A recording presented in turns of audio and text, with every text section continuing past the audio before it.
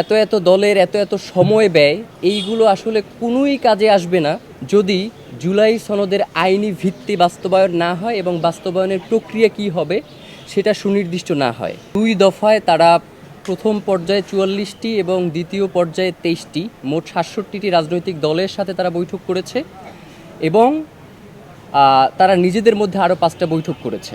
তো টোটাল তারা 72টা জাতীয় ঐক্যমত কমিশনের বৈঠকের পরে যেই জুলাইয়ের যেই খসড়াটা জুলাই সনদের যেই খসড়াটা গতকালকে তারা স্বাক্ষর করলো 17ই অক্টোবরে।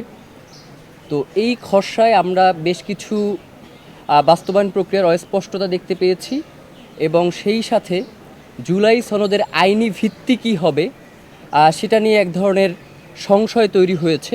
এই যে এত এত মিটিং, এত এত দলের এত এত সময় ব্যয় এইগুলো আসলে কোনোই কাজে আসবে না যদি জুলাই সনদের আইনি ভিত্তি বাস্তবায়ন না হয় এবং বাস্তবায়নের প্রক্রিয়া কী হবে সেটা সুনির্দিষ্ট না হয়। প্রথমেই আমি তীব্র নিন্দা জানাচ্ছি যে জুলাই সনদ স্বাক্ষর অনুষ্ঠানের দিন জুলাই আন্দোলনে যারা সম্মুখ সারিতে ছিলেন, শহীদ পরিবার এবং যারা অঙ্গহানি ঘটেছে সেই সকল আহত ভাইদের এবং বোনদের প্রতি পুলিশের যেই আক্রমণ সেটার আমরা তীব্র নিন্দা এবং প্রতিবাদ জানাচ্ছি। এবং সেই সাথে বিএনপির সালাউদ্দিন আহমেদ তিনি জুলাই যোদ্ধাদের ব্যাপারে যেই মতামত বা যেই বক্তব্য দিয়েছেন সেটার আমরা তীব্র প্রতিবাদ এবং নিন্দা জানাই এবং আমরা মনে করি যে সালাউদ্দিন আহমেদ তিনিও একজন আজকের এই জুলাই হওয়ার পিছনে তারও ভূমিকা রয়েছে।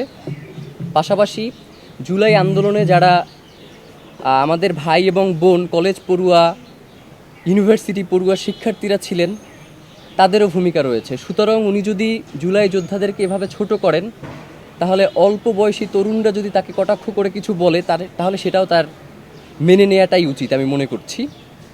তো আজকের যেই বিষয়টা আসলে সবথেকে বেশি গুরুত্বপূর্ণ সেটা হচ্ছে জুলাই সনদের বাস্তবায়ন প্রক্রিয়া।